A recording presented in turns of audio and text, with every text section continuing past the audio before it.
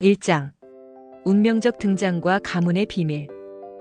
해가 질 무렵에 가마터는 유난히 푸르스름했다. 서울 외곽 북한산 자락의 깊은 골짜기. 이현호에게 이곳 흙의 노래 가마터는 세상의 모든 것인 동시에 세상의 짐이었다. 가마는 조선시대 사홍원 소속이었던 이씨 가문의 100년 넘은 유산이었지만 지금은 그저 낡고 허름한 벽돌 더미에 불과했다. 벽에는 검은 그을음이 잔뜩 묻어 있었고 간혹 내리는 빗물에 천장에 흙이 뚝뚝 떨어지곤 했다. 현호는 쭈그리고 앉아 물레를 돌리고 있었다. 그의 손에 쥐어진 흙은 거칠고 단단했다. 손가락 마디마디에는 잔금이 가득했고 손톱 밑에는 지워지지 않는 진흙의 흔적이 박혀 있었다. 30해 남짓의 세월 동안 그는 흙을 떠나본 적이 없었다. 그게 곧 이현호의 삶이었고 이씨 가문의 저주 같은 운명이었다. 야 이현호, 너는 말이야 도대체 뭘 먹고 사냐? 흙만 파먹고 사는 도깨비냐? 갑자기 왁자지껄한 소리와 함께 낡은 트럭 한 대가 가마터 입구에 멈춰섰다. 운전석에서 튀어나온 건 박 상사였다. 본명은 박정만. 전직 특수부대 상사였고 지금은 가마터 옆에서 만물상이라는 간판을 달고 고물상을 운영하는 현호에게는 아버지이자 형 같은 존재였다. 그는 현호에게 툭툭 반말을 던지면서도 그의 유일한 버팀목이었다. 오늘도 흙이랑 연애하냐? 어휴, 저거 봐라, 이젠 흙도 너 피하겠다. 박 상사는 커다란 덩치를 이끌고 현호에게 다가오더니 능글맞게 웃으며 현호의 이마를 손가락으로 툭 쳤다. 현호는 물레를 멈추지 않고 덤덤하게 대꾸했다. 상사님이야말로 흙보다 더 낡은 폐품이나 만지시면서 할 말은 아니죠. 오늘 건진 건 뭡니까? 금리라도 찾았어요? 금리? 이놈이. 박 상사는 허리를 굽혀 현호의 흙 묻은 뺨을 꼬집었다. 말은 그렇게 해도 너나 없으면 이 가마터 벌써 곰팡이 쓸어 문 닫았어. 자, 이거 먹어라. 시장에서 방금 잡은 돼지갈비. 밤에 잔상에서 구워 먹자. 너 요즘 얼굴이 백자처럼 창백하다. 현호의 얼굴이 창백하다는 박 상사의 말은 농담이 아니었다. 그는 요즘 제대로 잠을 이루지 못했다. 모든 건 열흘 뒤 영산그룹 미술관에서 열리는 특별 전시회 때문이었다. 영산그룹.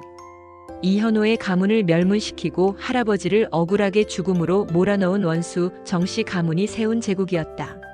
그리고 그곳에 현호 가문의 가보, 조선 백자의 정수라 불리는 청매와 백자호가 전시된다. 도자기 애호가들 사이에서는 이씨 가문의 혼백이라 불리는 바로 그 항아리였다. 청매와 백자호 말이야. 현호는 흙을 빚던 손을 멈추고 고개를 들었다. 그게 영산그룹 미술관에서 전시된다니 세상이 참 우습지 않습니까? 박 상사는 돼지갈비를 비닐봉지째 들고 가마터 벽에 기대 앉았다. 그의 표정에서 유머는 사라지고 진중함만이 남았다. 우습지. 아주 시궁창 같지. 30년 전에 내 할아버지가 억울하게 돌아가셨을 때 아무도 이 일을 제기하지 못했어. 정 회장이란 놈이 일본 쪽이랑 손잡고 내 가문 백자 기술 훔쳐가고 누명 씌워서. 그때부터였을까? 현호는 선명히 기억했다. 자신이 초등학생이었을 때 할아버지는 늘 가마터에서 흙을 만지셨다. 할아버지는 가마의 불씨를 지키는 것이 이씨 가문의 마지막 자존심이라 했다. 하지만 그 자부심은 정 회장이 보낸 용역들과 경찰들에게 짓밟혔다. 할아버지는 심장마비로 쓰러지셨고 현호는 진흙 바닥에 쓰러진 할아버지의 손을 잡고 밤새 울었다. 가마의 불은 꺼졌고 그 후 현호의 마음속 불은 복수심으로 타오르기 시작했다. 현호에게 백자호는 단순한 문화재가 아니었다. 그것은 가문의 피와 눈물 그리고 할아버지의 혼이었다. 그것을 되찾는 것이 곧 자신의 존재 이유였다. 야 이현호. 복수는 복수고 일단 먹고 하자. 금강산도 식후경이다. 내 할아버지도 너 굶는 건 싫어하셨을 거야, 안 그래? 박 상사는 현호의 어깨를 툭툭 치며 그를 일으켰다. 그들은 가마터 뒤편의 작은 마당에 간이 테이블을 폈다. 현호는 박 상사와 함께 돼지갈비를 구웠다. 고기가 익어가는 소리, 소주잔이 부딪히는 소리, 그리고 박 상사의 걸쭉한 농담이 오랜만에 현호의 삶에 옅은 웃음을 가져왔다. 근데 말이야, 내 복수 계획은 도대체 뭐냐? 내가 무슨 007도 아니고 영산그룹 미술관에 들어가서 그걸 훔쳐올 거냐? 박 상사가 술잔을 털어넣으며 물었다. 훔치는 거 아닙니다. 되찾는 겁니다. 현호의 눈빛이 차갑게 가라앉았다. 미술관 경비가 삼엄하다는 건 알아요. 하지만 거기 정서아가 있습니다. 정서아? 그 영산그룹 외동 손녀딸? 야, 내가 드디어 미쳤구나. 그 여자가 내 가보를 지키는 수문장인데 그 여자한테 접근하겠다는 거야? 너 혹시 미인계라도 쓸 거냐? 박 상사가 박장대소하며 소주를 뿜을 뻔했다. 농담이다. 미안. 근데 그 여자 이야기는 왜 꺼내? 내 복수 대상은 정 회장이지 외동 손녀가 아니잖아. 정 회장에게 가장 중요한 건 그 여자의 평판입니다. 정서아 씨는 영산그룹의 미래이자 이미지 그 자체거든요. 그녀의 허점을 노려 미술관에 접근할 겁니다. 현호는 침착하게 계획을 설명했지만 마음속은 이미 복잡했다. 정서아. 세상의 모든 부와 깨끗함을 혼자 가진 듯한 여자. 그 유리 인형 같던 아이가 이젠 거대한 가문의 상징이 되어 현호의 길을 막고 있었다. 현호의 계획은 단순하면서도 무모했다. 미술관 오픈 직전 VIP 행사에 잠입하는 것. 현호는 다음 날 박 상사에게 빌린 낡은 트럭을 몰고 미술관 근처로 향했다. 그는 며칠 동안 미술관 주변을 배회하며 경비 시스템과 동선을 파악했다. 그를 도와주던 박 상사가 걱정스러운 듯 전화를 걸었다. 이현호, 너 지금 거기서 뭐하냐? 똥개처럼 빙빙 돌지 말고 내가 구해다 준 그 연회장 직원 옷이라도 입고 슬쩍 들어가 보든가. 제가 똥개처럼 보이는 게 아니라 상사님 차가 너무 낡아서 멀리서도 눈에 띕니다. 이놈이? 야, 내 트럭이 어때서? 이건 내가 베트남에서 아니다. 하여튼 너무 무리하지 마라. 정 회장이란 놈은 지독한 놈이다. 내 할아버지처럼 당하면 안 돼. 박 상사의 목소리는 농담 끝에 진심이 묻어났다. 현호는 전화를 끊고 미술관 정문 앞에서 흙을 만지고 있는 한 사람을 발견했다. 낡은 작업복 차림의 현호와는 달리 그 사람은 완벽하게 재단된 명품 옷을 입고 있었지만 자세히 보니 그의 손에도 미세한 흙먼지가 묻어 있었다. 바로 정서아였다. 서아는 미술관 정원에서 새로 조성된 조형물을 물끄러미 바라보고 있었다.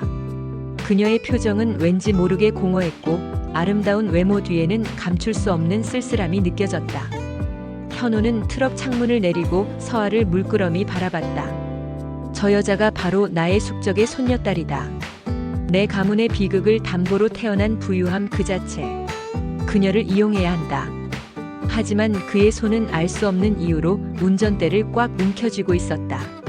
복수심은 뜨거웠지만 서아에게서 느껴지는 기묘한 슬픔이 그의 칼끝을 무디게 만들었다. 며칠 후 VIP 시사회 당일. 현호는 박 상사가 구해다 준 미술관 인부 옷을 입고 미술관 지하 창고로 잠입했다. 그의 가슴에는 작은 칼날 하나가 숨겨져 있었다.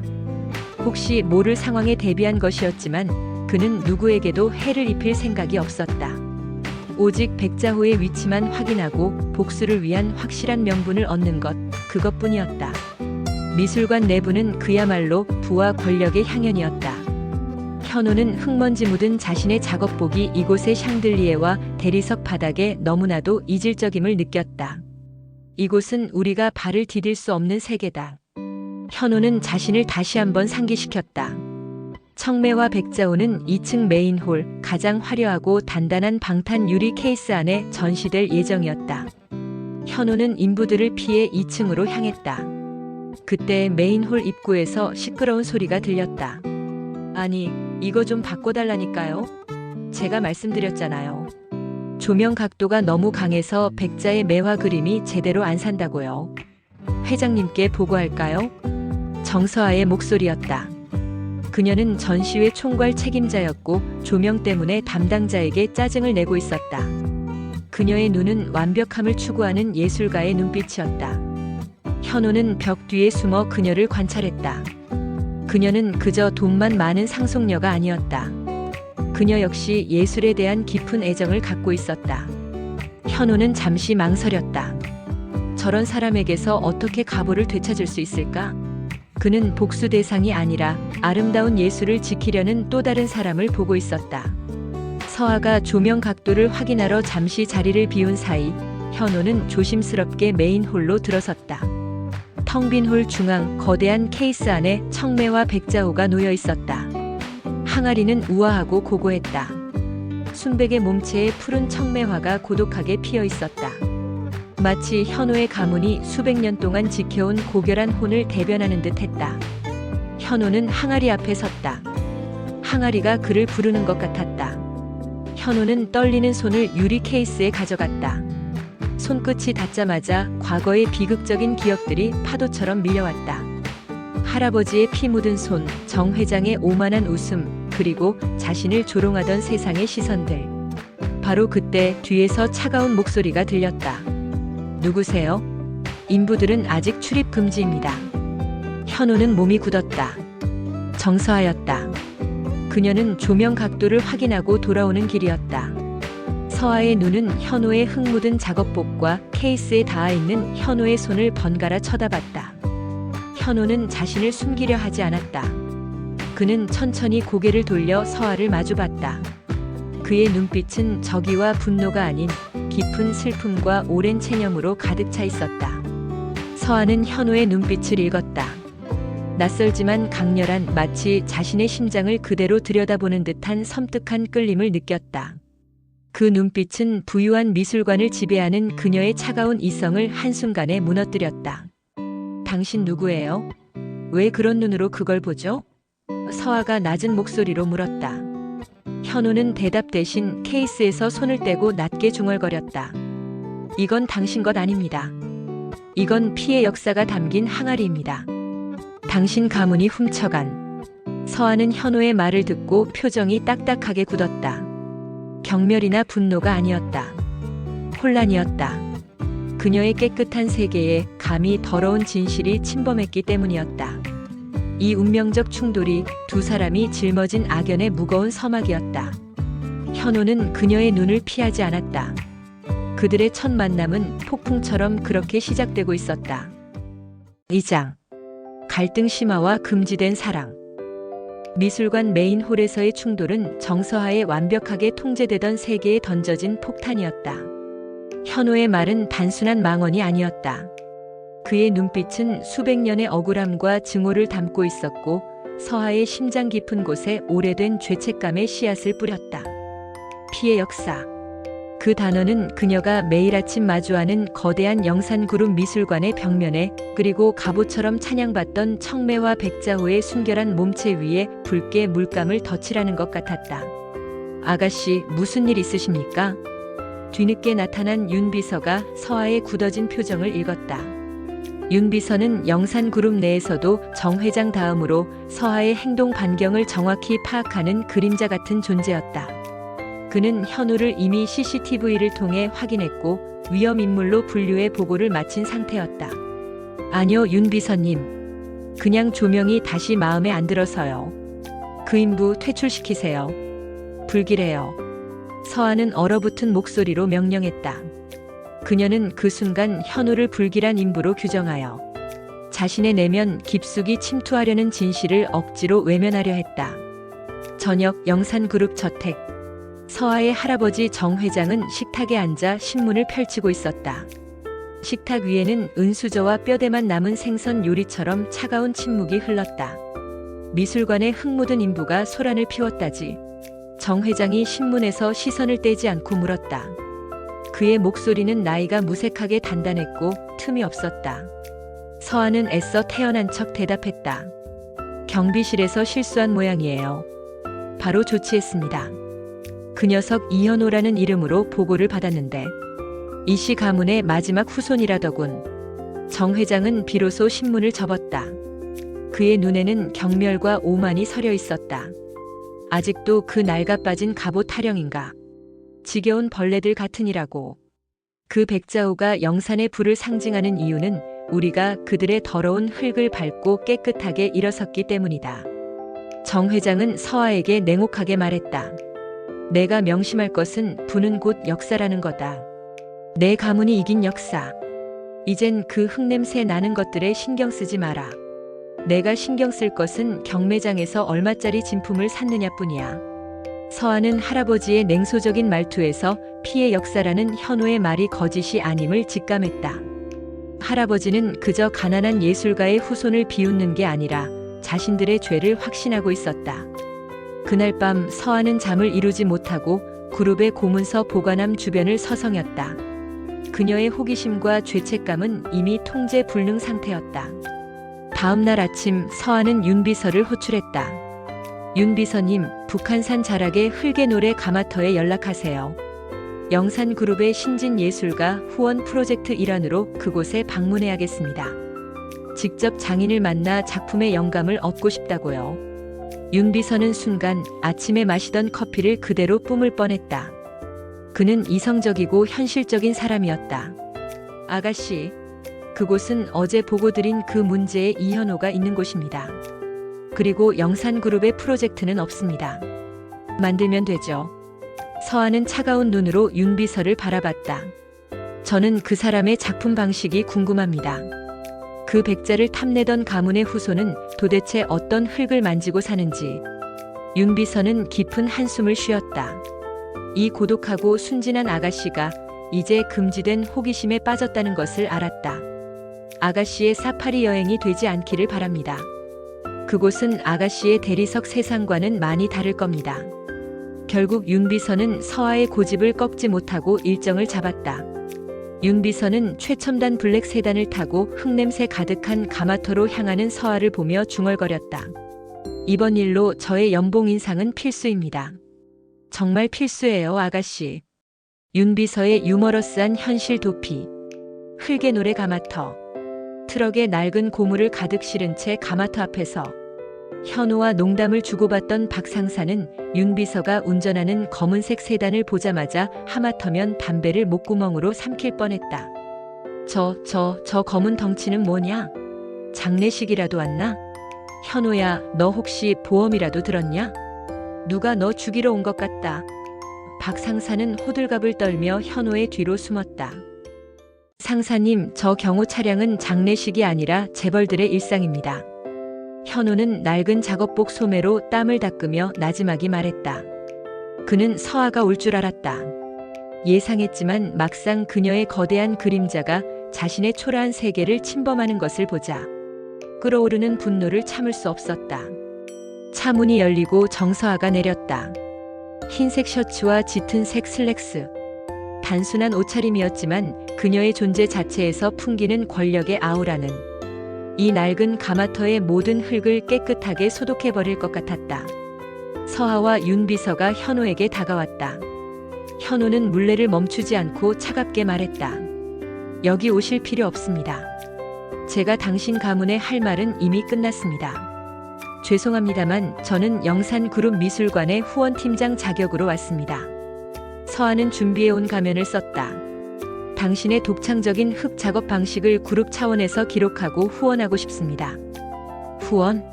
현호는 코웃음을 쳤다. 흙이 묻은 손으로 턱을 괴고 서아를 올려다봤다. 당신 가문이 우리 가문에게 한 짓을 후원이라 포장할 수 있습니까? 가보를 훔치고 할아버지를 죽음으로 몰아넣은 역사를 말입니다. 그때 박 상사가 사태를 수습하기 위해 나섰다. 그는 재벌 상속녀를 처음 봤음에도 불구하고 특유의 넉살을 부렸다. 에헴. 아가씨, 여기 후원 좋아합니다. 이 친구 사실 재능은 있는데 좀 까칠해서요. 제가 이 친구의 정신적 지주 겸 비공식 매니저입니다. 박 상사라고 합니다. 이 친구에게는 제가 윤비서님 역할이에요. 박 상사의 유머러스한 중재 시도. 윤비서는 박 상사의 등장에 눈을 가늘게 떴다. 저는 비공식 매니저가 아닙니다. 그리고 이 가마터는 안전 검사조차 통과하지 못한 것 같습니다. 아가씨, 돌아가시죠. 아닙니다. 서아는 박 상사에게 가벼운 목례를 하고 현호를 향해 몸을 돌렸다. 저희는 미술품의 근본을 찾습니다. 그 근본은 화려한 미술관이 아니라 이런 흙 속의 열정에 있겠죠. 현호 씨가 만드는 흙덩이 하나가 저희 미술관의 어떤 콜렉션보다도 순수해 보입니다. 서아의 말에 현호는 다시 한번 흔들렸다. 그녀는 그저 오만한 상속녀가 아니었다. 그녀의 눈빛 속에는 진심으로 예술을 탐하는 순수함이 있었다. 서아는 결국 가마터에 머물렀다. 윤 비서는 현우의 낡은 창고 앞에서 불안하게 서성였고, 박 상사는 윤 비서를 끌고 고물상 구석으로 가서 진귀한 고물 컬렉션을 보여주며 억지로 말을 걸었다. 이거 보시라. 이거 6.25 때 쓰던 탄피. 이 자리에 앉아서 소주 마시면 역사의 향을 느낄 수 있지. 윤 비서님, 이 자리가 명당입니다. 아가씨를 위해 제가 최고급 빈티지를 하나 드리겠습니다. 박 상사님, 저는 아가씨의 안전만 신경 씁니다. 빈티지 탄피는 관심 없습니다. 윤 비서는 냉정하게 거절했지만 박 상사의 끈기에 결국 피식 웃음을 흘렸다. 아이고 마, 웃을 줄 아네. 됐습니다. 우리 아가씨 이현호 녀석한테 너무 빠지지는 말라고 경고는 했습니까? 박 상사가 속삭였다. 윤 비서는 안경을 고쳐 썼다. 아가씨의 눈빛을 보니 이미 늦은 것 같습니다. 제가 드릴 수 있는 최선의 조언은 흙탕물에 들어갈 때 명품 옷은 벗어두라는 것뿐입니다. 조력자들의 유머와 현실적인 경고.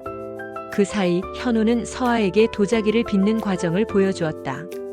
그는 흙을 반죽하고 물레 위에서 형태를 잡고 정성껏 다듬었다. 그의 작업복이 땀과 진흙으로 젖어가는 동안 서아의 눈은 현우에게서 떨어지지 않았다. 왜 이걸 계속하세요?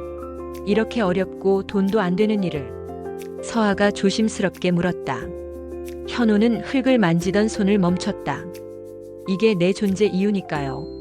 당신 가문이 훔쳐간 건 백자호만이 아닙니다. 우리 가문의 자존심 그리고 이 흙에 대한 순수한 열정까지 훔쳐갔죠. 그걸 되찾는 유일한 방법은 더 완벽한 백자를 만드는 것뿐입니다. 그의 고백은 복수심이었지만 동시에 예술에 대한 헌신이었다. 서아는 현우의 삶이 자신의 살보다 훨씬 더 고결하고 뜨겁다는 사실을 인정할 수밖에 없었다. 현우의 흙 묻은 손이 그녀의 깨끗한 심장에 닿는 것 같았다. 당신은 참 불친절하군요. 하지만 당신의 흙은 따뜻합니다. 서아가 나지막이 말했다. 현우는 서아를 노려봤다. 그 흙이 당신 가문의 피를 묻힌 흙이라는 건 잊지 마십시오. 서아는 가마터를 떠나기 전 현우에게 정식으로 작은 도자기 하나를 주문했다. 청매와 백자호와 같은 청매화 문양으로 제 개인 소장용 잔 하나를 만들어주세요. 가격은 당신이 원하는 만큼 드리겠습니다. 현우는 망설였다. 이 주문을 받는 순간 그는 복수의 칼날을 쥔 채 원수의 손녀와 거래를 하는 셈이 된다. 하지만 서아의 눈빛에서 느껴지는 진심 어린 갈망을 외면할 수 없었다. 그녀는 돈으로 작품을 사는 것이 아니라 현우의 시간을 사는 것 같았다. 가격은 필요 없습니다. 현우는 결국 주문을 수락했다. 대신 조건이 있습니다. 잔이 완성될 때까지 당신은 영산그룹의 상속녀가 아닌 흙의 노래를 배우는 학생으로 오셔야 합니다. 당신의 그 깨끗한 옷 대신 작업복을 입고 오세요. 서아는 미소 지었다. 그 미소는 영산그룹의 가면을 벗어던진 순수한 기쁨이었다. 네, 그렇게 하겠습니다. 그들이 헤어진 후 현우는 가마터 벽에 기댄 채 가슴을 쓸어내렸다. 복수? 아니면 그는 이미 복수와 사랑이라는 두 개의 물레 위에서 위태롭게 균형을 잃어가고 있었다.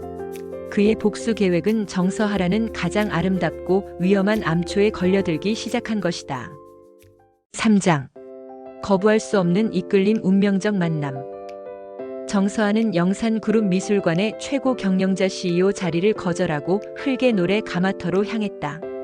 윤 비서에게 휴가라고 둘러댔지만 그는 이미 그녀의 목적지를 알고 있었다. 윤 비서는 한숨을 쉬며 서아의 뒷모습을 바라봤다. 아가씨의 흙 수업은 복잡하게 얽힌 두 가문의 매듭을 끊는 행위가 아니라 오히려 그 매듭을 단단히 묶는 과정임을 직감했다. 아가씨, 제발 부탁입니다. 돌아오실 때 그 작업복에 흙먼지만 묻히십시오. 마음에 진흙을 묻히지는 마세요. 윤 비서는 작은 목소리로 경고했지만 서아는 이미 그 말을 들을 수 없는 곳에 있었다. 서아가 도착했을 때 현우는 물레 앞에 앉아 있었다. 그는 그녀가 주문한 청매화 문양의 잔을 빚고 있지 않았다.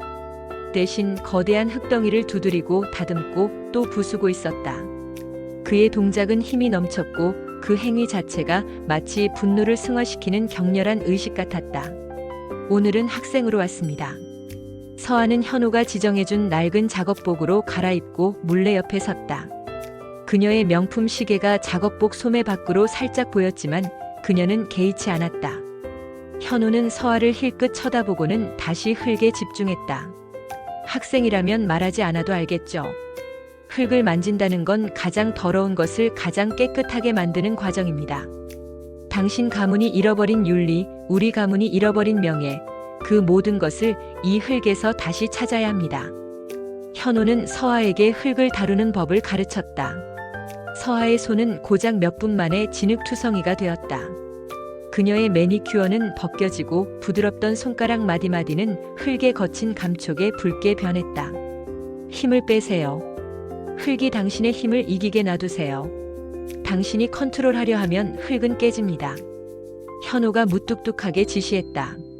서아는 이 가르침이 단순한 도자기 제작법이 아님을 깨달았다. 현호는 삶의 방식을 가르치고 있었다. 통제와 권력으로 모든 것을 얻었던 그녀의 삶과는 정반대되는 내려놓음과 순응의 미학이었다. 서아의 손이 미끄러지자 흙덩이가 완전히 무너졌다. 그녀는 좌절했지만 현호는 놀랍게도 그녀를 비난하지 않았다. 대신 그 무너진 흙덩이를 다시 주무르고 뭉쳤다. 괜찮습니다. 흙은 실패를 기억하지 않습니다. 언제든 다시 시작할 수 있게 해줍니다. 현호의 목소리는 낮았지만 그녀에게는 따뜻한 위로처럼 들렸다. 그날 오후 서아는 현호와 함께 가마터에서 국수를 먹었다. 낡은 플라스틱 그릇에 담긴 국수는 그녀가 평생 먹어본 어떤 미슐랭 스타 셰프의 요리보다 맛있었다. 그들이 국수를 먹고 있을 때 박 상사가 나타났다.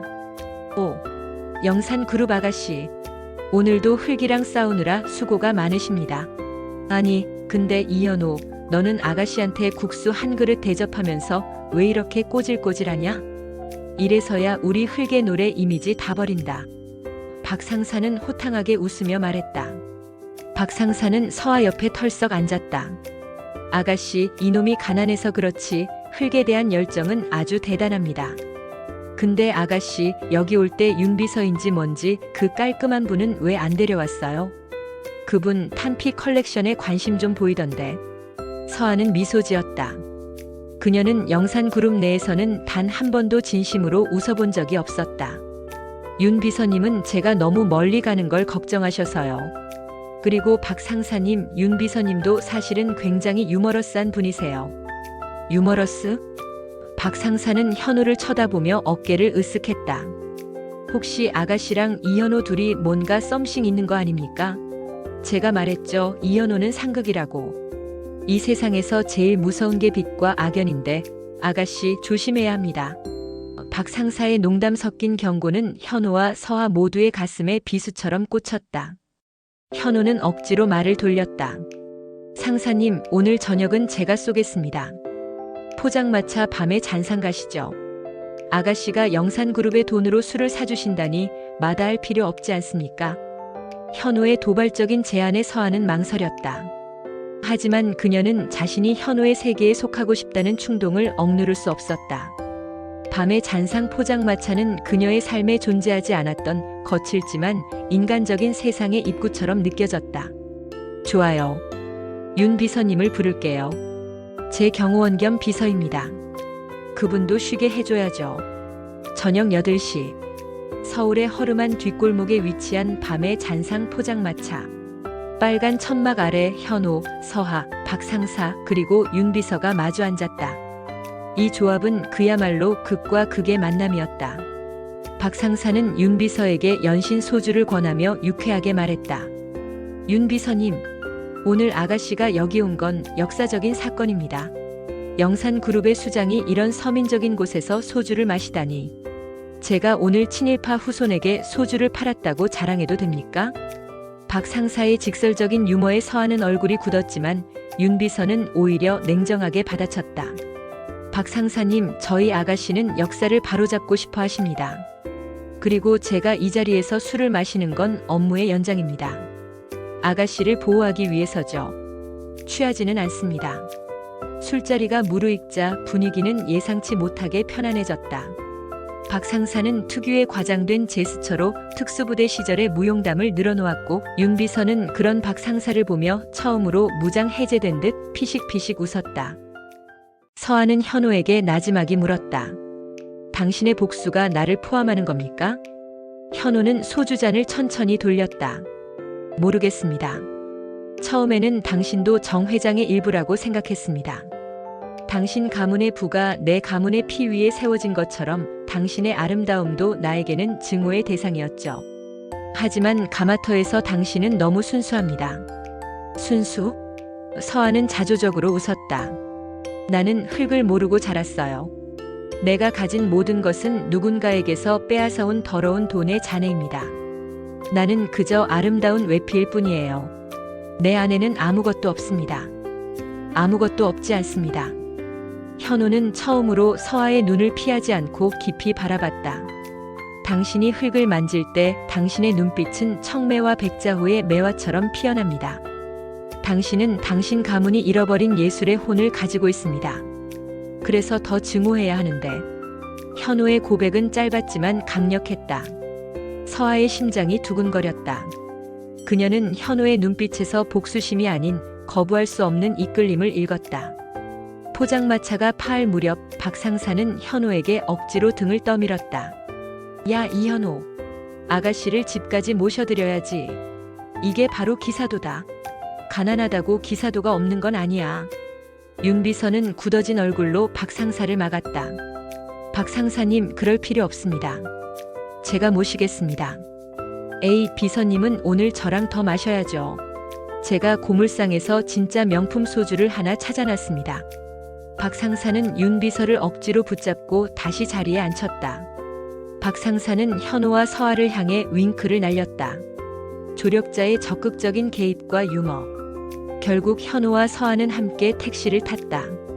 현호의 낡은 작업복에서 나는 은은한 흙냄새와 서아의 몸에서 나는 값비싼 향수 냄새가 좁은 택시 안에서 뒤섞였다. 당신에게 복수하려고 했습니다. 당신의 취약점을 찾고 당신을 무너뜨려서 정 회장을 압박하려고 했죠. 현호가 솔직하게 고백했다. 알아요. 서아는 조용히 대답했다. 하지만 당신은 그러지 않았어요.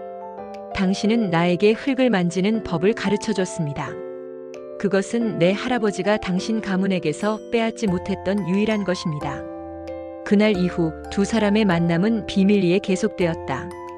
서아는 매일 오후 영산그룹의 중요한 회의를 병가로 핑계대고 가마터로 향했다.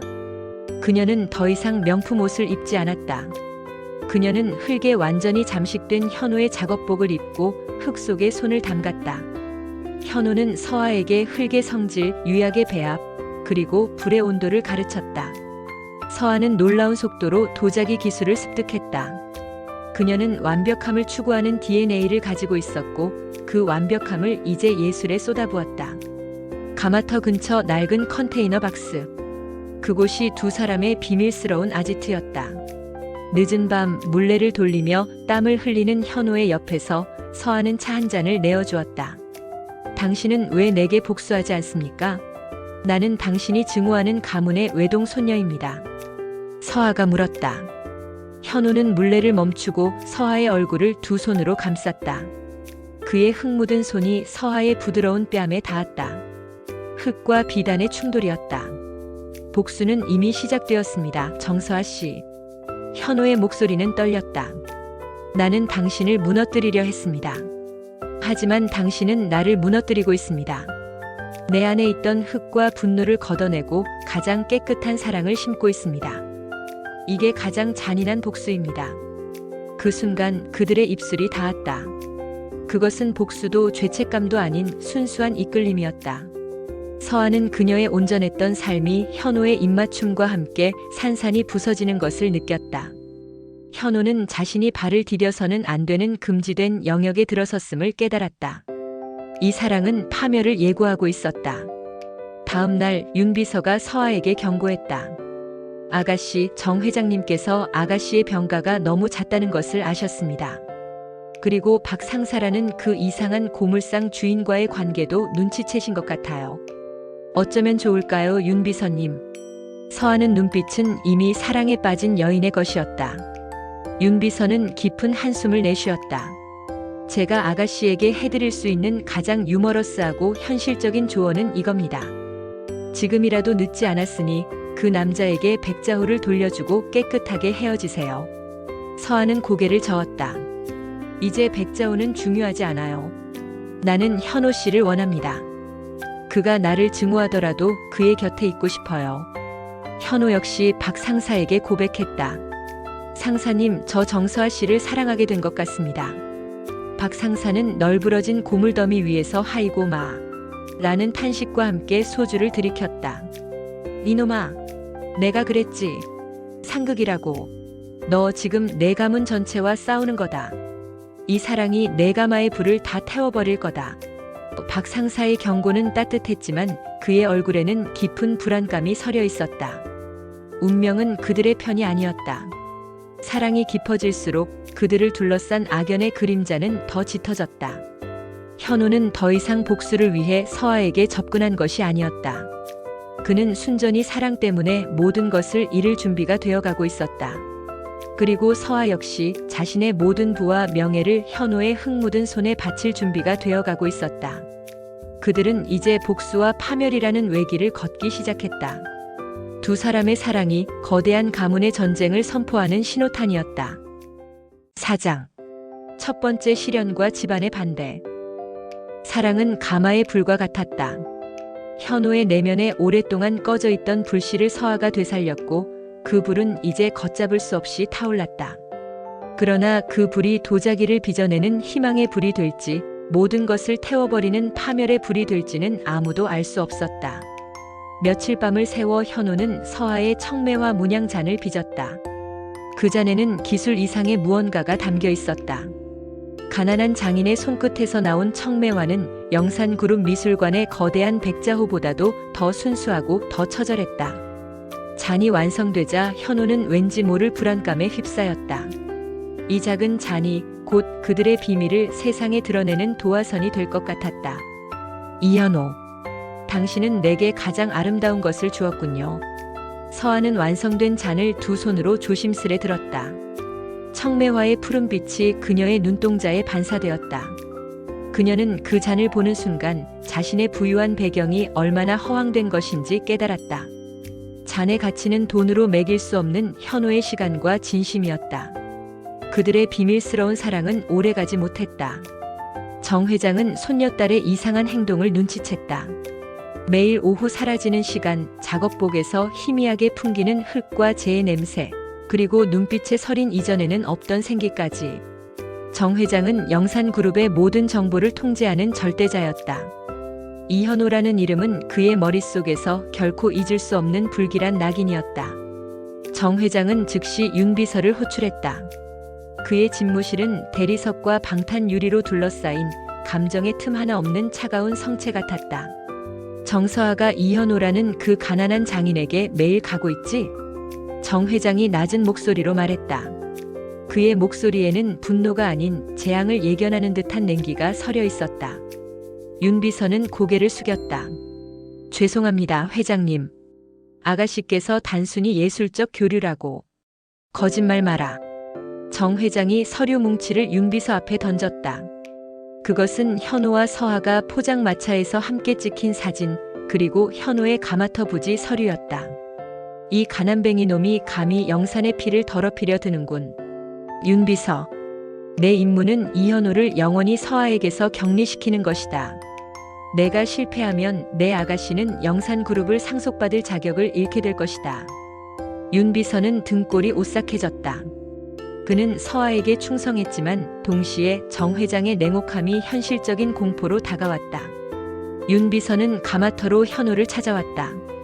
그는 현호에게 돈이 가득 든 서류 가방을 내밀었다. 현호는 흙을 만지던 손을 멈추고 윤 비서를 물끄러미 바라봤다. 이게 뭡니까? 현호가 물었다. 회장님의 제안입니다. 윤 비서는 감정을 드러내지 않으려 애썼다. 이현호 씨의 가난한 삶을 충분히 풍요롭게 만들 액수입니다. 대신 아가씨를 다시는 만나지 마십시오. 그리고 이 돈으로 가마터 부지를 정리하고 이 도시를 떠나십시오. 이현호 씨의 흙 묻은 복수심은 저희 아가씨에게 아무런 도움이 되지 않습니다. 현호는 서류 가방을 발로 툭 차서 밀어냈다. 가방이 흙바닥에 나뒹굴자 현찰 다발이 슬쩍 보였다. 내가 이 돈을 받을 것 같습니까? 내 할아버지를 죽음으로 몰아넣고 내 가문의 가보를 강탈한 돈의 냄새가 나는군요. 윤 비서님, 당신에게 해줄 조언이 있습니다. 당신의 냉철한 이성은 당신의 아가씨를 보호할 수 없습니다. 사랑은 계산이 안 되거든요. 윤 비서는 씁쓸하게 웃었다. 이현호 씨의 말대로 저도 걱정하고 있습니다. 하지만 저는 아가씨의 안전을 우선합니다. 당신의 복수심이 아가씨를 망가뜨릴 것입니다. 현호가 제안을 거절한 직후 정 회장의 압박이 시작되었다. 다음 날 가마터 입구의 토지 매매 완료. 영산그룹 소유라는 팻말이 박혔다. 현호의 가마터 부지는 이미 정 회장의 차명 회사로 소유권이 넘어간 상태였다. 이현호, 이놈들이 미쳤나 봐. 우리 가마터 부지가 영산그룹 땅이 됐다고. 언제 된 거야?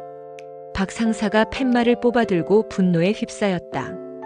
현호는 덤덤하게 팻말을 다시 흙바닥에 꽂았다. 그의 얼굴에는 어떤 놀라움도 없었다. 그는 정 회장의 냉혹함을 이미 알고 있었다. 3개월 전에 매매가 완료되었답니다. 할아버지에게 누명을 씌울 때와 같은 방식이죠. 땅을 담보로 빚을 갚지 못해 넘어간 것처럼 위장한 겁니다. 이제 제가 가마터를 떠나지 않으면 불법 점거자가 됩니다. 박 상사는 끓어오르는 분노를 주체하지 못했다. 이놈의 세상. 친일파 후손들이 만든 그룹은 여전히 피를 빨아먹고 사는구나. 내가 가만히 안 둬. 박 상사는 곧바로 시청과 구청에 달려가 따지기 시작했다. 그는 현호의 든든한 동지이자 세상과 맞서 싸우는 유머러스한 전사였다. 한편 서아는 이 사실을 모른 채 아버지처럼 자신을 아껴주던 정 회장에게 배신감을 느꼈다. 할아버지, 현호 씨의 가마터를 왜 사셨어요? 저희 그룹이 예술을 후원한다면서요. 서아가 정 회장에게 따져 물었다. 정 회장은 서아의 뺨을 세게 때렸다. 그 충격으로 서아의 뺨에는 붉은 자국이 선명하게 남았다. 서아는 눈물을 흘렸지만 물러서지 않았다. 내가 가난한 장인의 흙냄새에 미쳐서 가문 전체의 역사를 더럽히려 들었기 때문이다. 내가 만나는 그놈은 내 가문이 원수야. 너는 그 백자우처럼 영산그룹의 가장 깨끗하고 완벽한 얼굴로 남아있어야 해. 서아는 할아버지의 냉혹한 눈빛에서 자신이 사랑하는 현호가 겪었을 비극의 무게를 절감했다. 그녀는 자신이 누린 모든 풍요가 현호 가문의 고통에서 비롯되었음을 다시 한번 깨달았다. 서아는 뺨에 상처를 가린 채 가마터로 향했다. 그녀는 현호가 겪는 고통을 공유하고 싶었다. 하지만 현호는 이미 냉정함을 되찾은 상태였다. 그는 가마터 밖으로 짐을 옮기고 있었다. 낡은 물레, 흙 보관함, 그리고 할아버지의 유품들. 가지 마세요, 현호 씨. 내가 할아버지에게 사정할게요. 내가 그룹을 설득해서 가마터를 다시 당신에게 돌려드릴게요. 서아가 현호의 팔을 붙잡았다. 현호는 서아의 손을 뿌리쳤다. 그의 눈빛은 메마른 흙처럼 차가웠다. 이제 그만하시죠, 정서아 씨. 당신과 나는 애초에 만날 수 없는 운명이었습니다. 내가 당신에게 복수심으로 접근했든 아니면 사랑으로 접근했든 이 결과는 변하지 않습니다. 당신의 할아버지는 나에게 당신의 사랑보다 가마터 부지가 더 가치 없다는 것을 보여줬습니다. 거짓말 마세요. 당신도 나를 사랑하잖아요. 서아가 울부짖었다. 현호는 흙이 묻은 낡은 상자를 품에 안고 천천히 뒤돌아섰다. 사랑? 현호는 비웃었다. 당신 가문의 힘을 보세요. 당신의 사랑은 현실의 압력 앞에서 흙처럼 부서졌습니다. 나는 다시 복수심으로 돌아갈 겁니다. 이 가난한 흙장인의 유일한 무기, 증오로 말입니다. 그의 말은 서아를 향한 가장 잔인한 자기 방어였다. 현호는 서아를 사랑했기 때문에 정 회장의 압박으로부터 그녀를 지키는 유일한 방법이 자신을 증오하게 만드는 것이라 생각했다. 현호가 짐을 싣고 떠나려 할 때 박 상사가 숨을 헐떡이며 뛰어왔다. 그는 손에 서류 뭉치를 들고 있었다. 이현호, 이놈아. 너 지금 어디가? 도망치는 거냐? 이 비겁한 놈. 내 할아버지가 지킨 가마를 이렇게 포기할 거냐? 박 상사가 현호의 멱살을 잡았다. 그의 눈은 눈물로 붉어져 있었다. 상사님, 전 도망치는 게 아닙니다. 잠시 후퇴하는 겁니다. 제가 여기에 있으면 서아 씨까지 위험해집니다. 뭐? 이놈이 이제 사랑 타령이야? 박 상사는 현호의 머리를 쥐어박았다. 너는 지금 이 가마터를 떠나면 안 돼. 희로애락을 함께 나누던 이곳을 잊을 거냐? 내가 내 조력자인데 나랑 의논도 안 하고 멋대로 결정해. 박 상사는 눈물을 닦으며 서아를 바라봤다. 서아의 얼굴 역시 눈물로 범벅이었다. 박 상사는 잠시 망설이더니 서아에게 걸어갔다. 아가씨, 나는 영산그룹이 만든 부가 얼마나 무서운지 압니다. 하지만 나는 이현호의 진심도 압니다. 이놈이 지금 당신을 지키려고 거짓말하는 거예요. 이놈이 얼마나 자존심이 센 놈인데 당신 앞에서 졌다고 말하겠습니까? 박 상사가 서아의 어깨를 토닥였다. 그는 다시 현호에게 달려갔다. 이현호 들어. 내가 어제 윤비서랑 밤새 술 마셨다. 이 포장마차 밤의 잔상에서 말이야. 윤비서가 울면서 당신을 제발 떠나달라고 사정하더군. 그 깔끔한 놈이 말이야. 자네 둘 다 사랑 때문에 미치고 있는 거야. 조력자들의 유머와 진심 어린 희로애락의 공유. 결국 현호는 짐을 싣고 박 상사의 고물상 근처 낡은 창고로 거처를 옮겼다. 서아는 가마터 앞에 홀로 남아 한참을 울었다. 그녀는 그곳이 자신의 유일한 안식처였음을 깨달았다. 현호와 함께 흙을 만지며 잠시 잊었던 가문의 악연은 이제 그들의 목줄을 조이는 쇠사슬이 되었다. 그날 밤 서아는 정 회장의 서재에 몰래 들어가 청매와 백자호에 얽힌 문서를 찾기 시작했다. 현호가 그녀를 밀어낸 이유가 사랑임을 알기에 그녀는 현호를 지키기 위해 가문의 진실과 정면으로 맞서기로 결심했다. 그녀의 내면에서 잠자고 있던 강인한 의지가 깨어났다. 윤비서는 다음 날 아침 서아의 붉게 충혈된 눈과 단단한 결심을 읽었다. 아가씨, 저도 이제 게임에 참가해야겠습니다. 회장님께 보고할 내용이 있다면 제가 알아서 조치하겠습니다. 하지만 뒤처리는 깔끔하게 해드리겠습니다. 이현호 씨가 흙 속에서 다시 일어설 수 있는 명분을 만들어야죠. 윤비서의 냉철한 표정 뒤에는 서아에 대한 애틋한 충성심이 엿보였다. 금지된 사랑은 이제 단순한 연애가 아니었다. 그것은 거대한 부와 역사적 죄악에 맞서는 고독한 전쟁이 되었다. 5장. 비밀스러운 사랑과 관계의 변화. 정 회장의 잔인한 압박은 현호와 서아를 갈라놓기는커녕 오히려 두 사람의 운명을 강철처럼 단단하게 묶어버렸다. 현호가 가마터를 떠난 것은 서아를 향한 사랑 때문이었고 서아는 현호의 희생을 깨달았기에 더욱더 그에게 매달렸다. 현호는 박 상사의 고물상 한쪽에 마련된 낡은 창고를 임시 거처로 삼았다. 창고에는 먼지 쌓인 가구와 녹슨 철제 부품들이 가득했지만 현호는 그곳에 물레를 설치하고 흙을 보관했다. 그의 새 작업 공간은 흙냄새와 녹슨 쇠냄새가 뒤섞인 가난하지만 단단한 저항의 요새가 되었다. 이현호, 넌 도대체 정서하 그 아가씨랑 언제까지 이러고 살 거냐? 매일 밤 저기 검은 세단이 몰래 와서 너를 찾고 너는 또 흙먼지 털고 나가고. 이거 완전 첩보 작전 아니냐? 박 상사가 호들갑을 떨었다. 현호는 덤덤하게 대답했다. 상사님, 첩보 작전이 아니라 금지된 사랑입니다. 그리고 저도 서아 씨가 위험하다는 걸 알지만 멈출 수가 없습니다. 서아는 영산그룹의 감시망을 피해 현호를 만났다. 그녀는 윤비서에게 자신의 모든 스케줄을 보고했지만 윤비서는 서아의 안전을 확보하는 선에서 그녀의 비밀 시간을 보장해 주었다. 아가씨, 제가 보고한 내용은 피부과 정기 검진입니다. 이 시간 30분입니다. 이 시간 31분부터는 제 목숨이 위태롭습니다. 윤비서는 매번 같은 레퍼토리로 서아에게 경고했지만 그의 눈빛은 이미 그녀의 사랑을 돕는 충직한 조력자의 것이었다. 현호와 서아는 주로 밤의 잔상 포장마차에서 만났다. 그곳은 이미 두 사람과 두 조력자들의 비공식 회동 장소가 되었다. 어느 날 포장마차에 박 상사와 윤비서가 먼저 만나 소주를 기울이고 있었다. 윤 비서님, 우리 현호가 지금 얼마나 고생하는지 아십니까?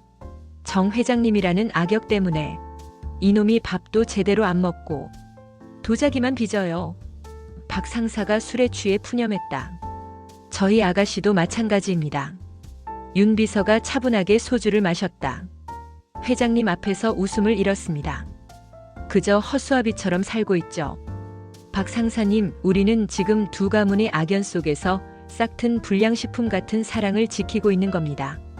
조력자들 간의 유머러스한 동질감. 박 상사는 껄껄 웃었다. 불량식품이라 하. 맞네. 맛은 좋은데 먹으면 큰일 나는 거. 그럼 우리 둘은 그 불량식품의 유통기한을 늘려주는 역할이군요. 그들은 서로에게서 이 기묘한 공범 의식을 찾았다. 박 상사는 현호에게 현실적인 조언과 유머를, 윤 비서는 서아에게 그룹 내 정보를 몰래 건네며 그녀의 안전을 지켰다. 이 두 조력자의 인간적인 협력은 무거운 비극 속에서 유일한 숨통이 되었다. 한편 현호는 서아의 작은 잔을 완성한 후 다음 목표를 설정했다. 바로 청매와 백자호의 완벽한 복제품을 만드는 것. 현호는 가마터를 잃었지만 그의 예술로는 더욱 타올랐다. 그는 복수심을 예술로 승화시키려 했다. 서아가 창고로 현호를 찾아왔을 때 현호는 흙을 만지던 손으로 서아의 뺨을 감쌌다. 내가 왜 당신에게 복수하지 못하는지 알았습니다. 당신은 내 가문의 악연을 가장 깨끗하게 씻어낼 사람이기 때문입니다. 내가 당신에게서 무엇을 빼앗겠습니까? 나는 이제 당신을 보호해야 합니다. 현호의 눈빛은 증오 대신 강렬한 보호 본능으로 가득 차 있었다. 서아는 현호의 고독한 복수심이 자신을 향한 헌신적인 사랑으로 변했음을 깨달았다. 그녀는 현호의 흙 묻은 작업복에 얼굴을 묻었다. 당신은 나에게 도자기를 빚는 법을 가르쳤지만 나는 당신에게 복수를 잇는 법을 가르치고 싶습니다. 서아가 말했다. 잊지 않습니다. 현호가 단호하게 말했다. 다만 방식을 바꿀 뿐입니다.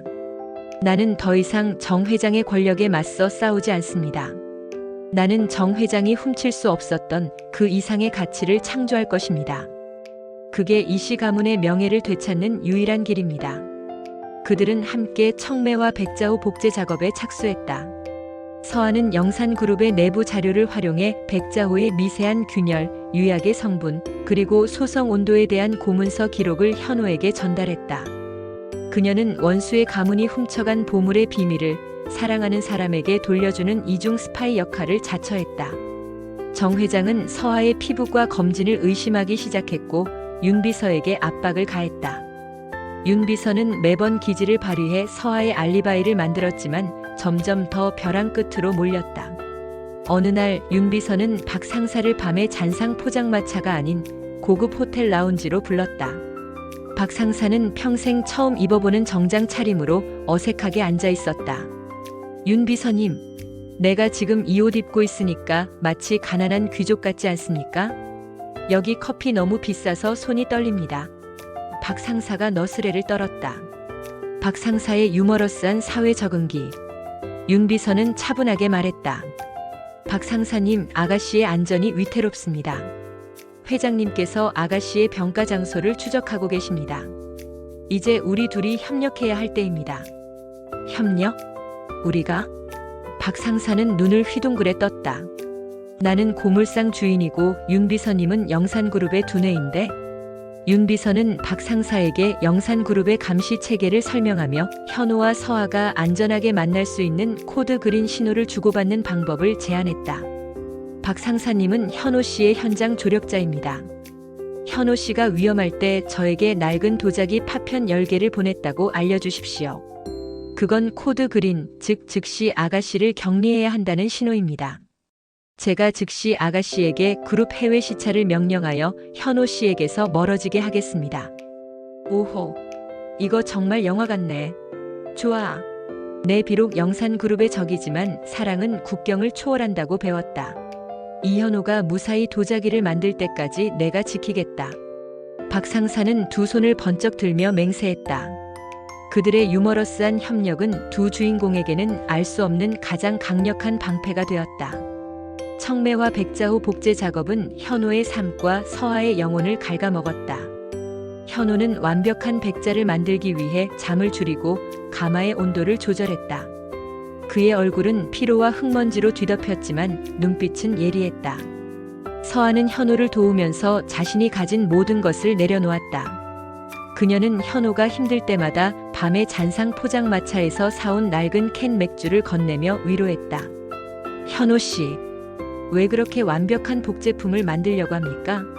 그 잔인한 가보를요. 서아가 물었다. 그들이 훔쳐간 것은 물질이 아니라 완벽함입니다. 그 완벽함을 되찾아야 그들이 빼앗은 것들이 진짜 가치가 없었음을 증명할 수 있습니다. 나는 복수를 위해 백자를 만드는 것이 아니라 나를 위한 명예를 위해 만드는 겁니다. 현호의 말은 예술가로서의 굳건한 신념이었다. 어느 날 새벽 현호가 백자를 빚다가 정신을 잃고 쓰러졌다. 과도한 피로와 스트레스 때문이었다. 서아는 현호를 품에 안고 울부짖었다. 현호 씨, 정신 차리세요. 당신이 나를 지키려고 복수를 포기한 것처럼 나도 당신을 지킬 거예요. 제발. 그때 서아의 전화가 울렸다. 발신자는 정 회장. 서아는 현호를 낡은 담요로 덮은 뒤 전화를 받았다. 그녀의 목소리는 떨렸지만 냉정을 잃지 않으려 노력했다. 네, 할아버지. 오늘 오후 영산그룹과 일본의 도쿄 마사키 재단 간의 공식 미술품 교류 행사에 내가 참석해야 한다. 지각하면 용서하지 않겠다. 서아는 현호의 창백한 얼굴을 내려다보았다. 일본의 뒷배로 부를 축적한 가문의 후손인 정 회장에게 일본 재단과의 교류는 그들의 역사적 악연을 상징하는 거대한 행사였다. 서아는 현호를 지키기 위해 그들의 악연의 뿌리로 직접 걸어 들어가야 함을 깨달았다. 서아는 창고를 나서는 길에 윤 비서에게 문자를 보냈다.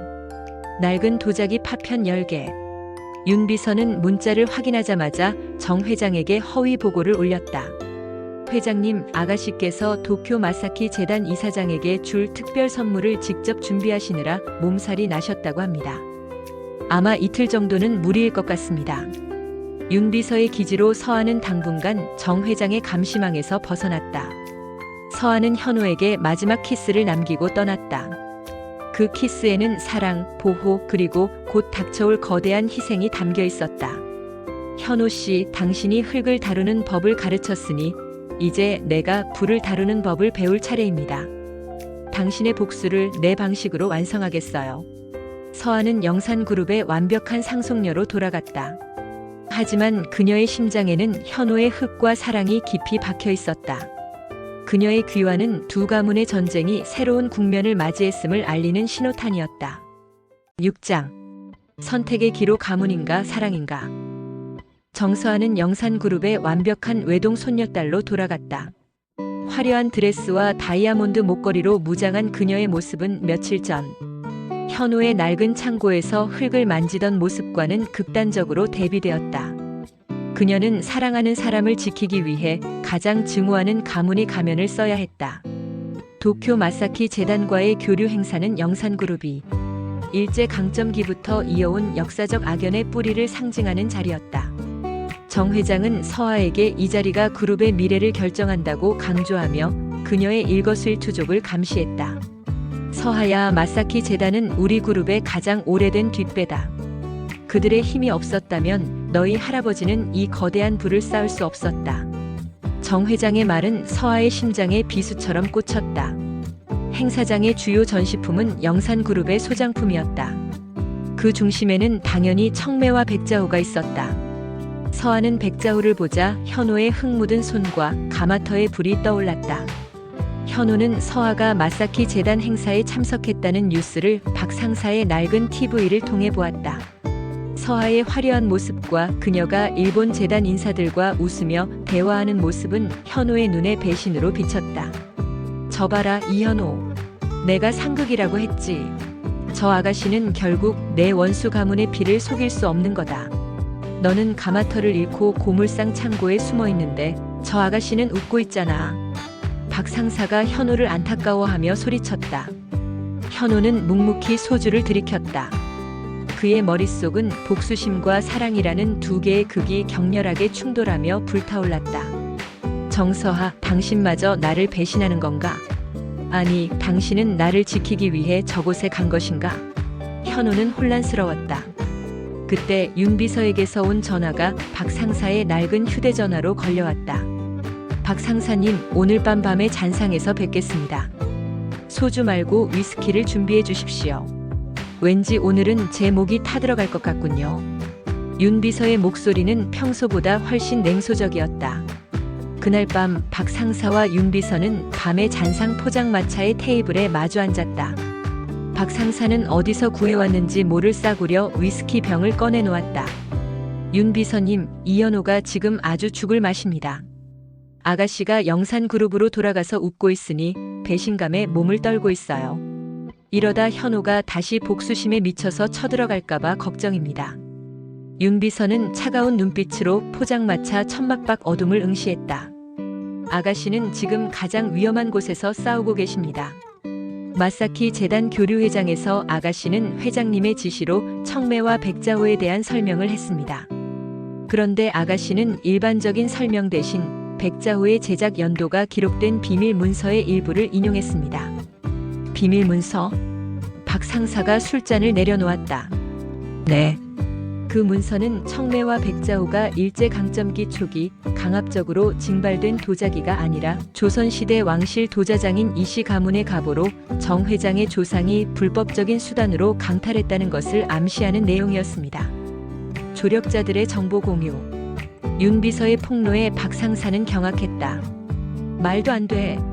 그럼 아가씨가 지금 정 회장의 목에 칼을 대고 있는 거 아닙니까? 정확합니다. 마사키 재단은 저희 그룹의 이익을 대변하지만 그들은 동시에 명예를 중요시합니다. 아가씨는 그들의 명예심을 자극해서 청매와 백자호를 영산그룹이 소장할 정당성의 의문을 제기한 겁니다. 아가씨는 현호 씨가 복수를 멈추는 대신 자신이 현호 씨에게 명분을 만들어주겠다는 겁니다. 오 주여, 우리 이현호 복받을 놈. 박 상사는 감격에 겨워 눈물을 글썽였다. 하지만 그 대가가 너무 크지 않습니까? 정 회장이 가만히 있지 않을 텐데. 윤비서는 씁쓸하게 웃었다. 그렇습니다. 아가씨는 지금 가문의 멸망과 현호 씨와의 사랑 중 하나를 선택해야 하는 기로에 놓였습니다. 제가 할 수 있는 일은 회장님의 감시망에서 아가씨가 안전하게 움직일 수 있도록 이틀의 시간을 벌어주는 것뿐입니다. 한편 현호는 서아의 배신에 대한 오해와 사랑에 대한 갈망 사이에서 미친 듯이 도자기를 빚었다. 그는 서아가 선물했던 청매와 잔을 창고 바닥에 내팽개쳤다. 잔은 깨지지 않았지만 현호의 마음은 산산조각 났다. 그때 박 상사가 돌아와 현호에게 윤비서와의 대화 내용을 모두 전했다. 서아가 목숨을 걸고 가문의 치부를 드러냈다는 사실을 안 현호는 충격에 휩싸였다. 서아 씨가 나 때문에. 현호는 자신의 얄팍한 의심을 후회했다. 그는 곧바로 서아에게 연락하려 했지만 서아의 휴대전화는 꺼져 있었다. 그녀는 이미 정 회장에게 감금되었을 가능성이 높았다. 이현호, 너는 가마의 불처럼 뜨거운 남자였다. 하지만 서아 아가씨는 차갑게 타오르는 숯불 같은 여자다. 너를 지키기 위해 자신의 모든 것을 태우고 있어. 이제 내가 선택해야 해. 가문의 복수냐, 서아의 안전이냐. 박 상사가 현호의 어깨를 붙잡고 강하게 흔들었다. 현호는 새벽까지 잠을 이루지 못하고 고뇌했다. 복수는 그의 삶의 이유였고 할아버지의 유언이었다. 하지만 서아의 희생과 사랑은 그의 복수심보다 더 강렬한 삶의 가치를 부여했다. 나는 왜 이 복수를 하는가? 결국 사랑하는 사람을 지키기 위해서가 아닌가? 현호는 결정을 내렸다. 복수를 포기하고 서아를 구하는 것. 그의 손에 흙이 아닌 사랑이 묻었기 때문에 가능한 선택이었다. 그는 박 상사에게 마지막 부탁을 했다. 상사님, 제가 서아 씨를 구하는 동안 청매와 백자호의 복제품을 완성해야 합니다. 그것만이 정 회장에게서 우리가 훔칠 수 있는 유일한 것입니다.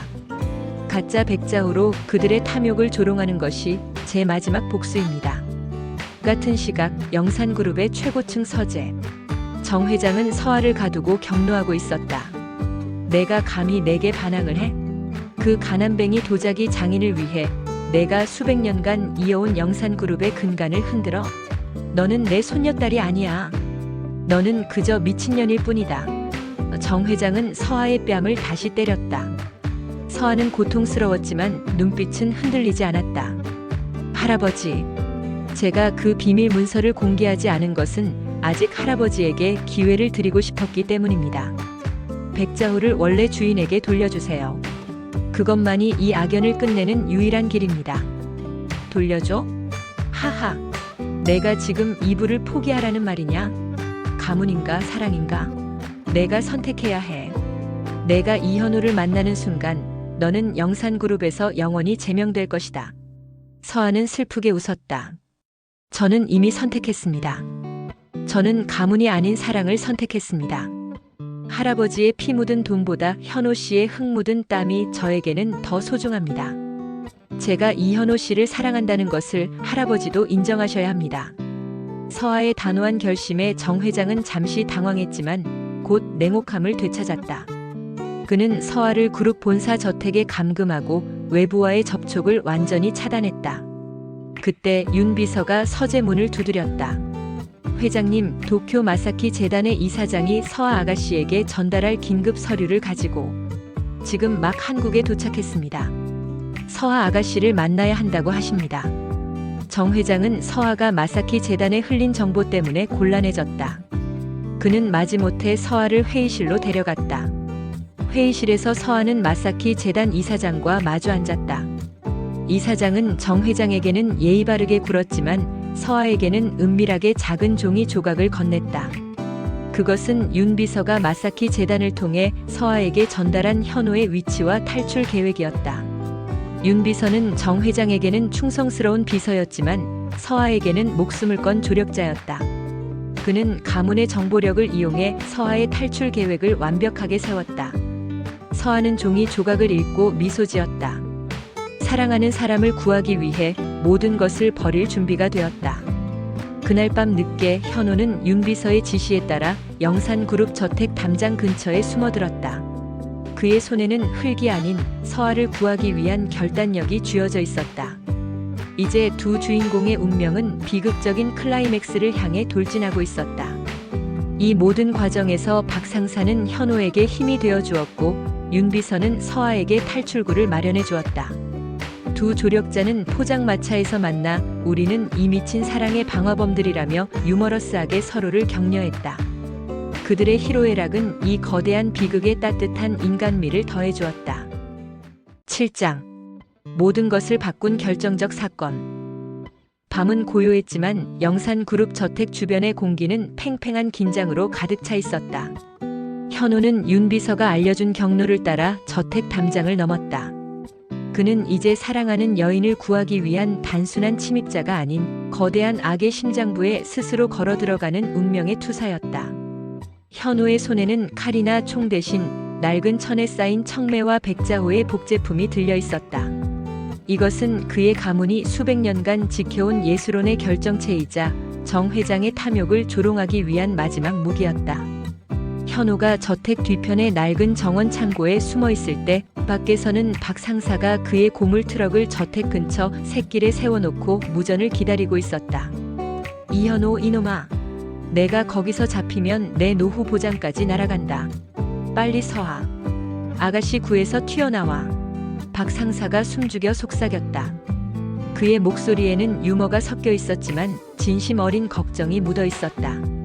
저택 안 서아는 정 회장의 서재에 갇혀 있었다. 서재는 청매와 백자호의 진짜 주인을 삼킨 곳이었다. 서아는 창밖을 바라보며 현호가 오기만을 기다렸다. 그녀의 손에는 윤 비서가 몰래 건넨 서재 비밀 금고 열쇠가 쥐어져 있었다. 윤 비서는 정 회장에게는 마사키 재단건 때문에 불안해서 심부름 나갔다고 둘러대고 현호에게 서아의 위치를 알려준 뒤 그룹의 모든 비상경보 시스템을 교란시키는 작업을 진행하고 있었다. 윤 비서님, 이게 마지막입니다. 아가씨의 안전만 보장해 주십시오. 윤 비서는 자신의 운명을 걸고 마지막 충성심을 발휘했다. 그는 정 회장의 눈을 속이면서도 서아를 향한 인간적인 의리를 지키려 했다. 조력자의 헌신. 새벽 2시 현호는 윤 비서가 잠시 경보를 해제한 틈을 타 서재가 있는 3층으로 잠입했다. 그는 낡은 천을 걷고 복제품 백자호를 서재 탁자 위에 올려놓았다. 그리고 마침내 벽난로 위에 진열장 중앙에 놓인 진품 청매와 백자호와 마주했다. 현호는 순간 숨을 멈췄다. 그의 할아버지가 그토록 지키려 했던 그의 가문 전체의 영혼이 담긴 그 도자기. 현호의 복수심은 뜨거운 눈물로 변해 흘러내렸다. 할아버지. 그때 서재 문이 열리고 서아가 모습을 드러냈다. 그녀의 눈은 현호를 보자마자 기쁨과 안도로 물들었다. 현호 씨. 서아가 현호에게 달려가 그를 품에 안았다. 서아 씨, 괜찮습니까?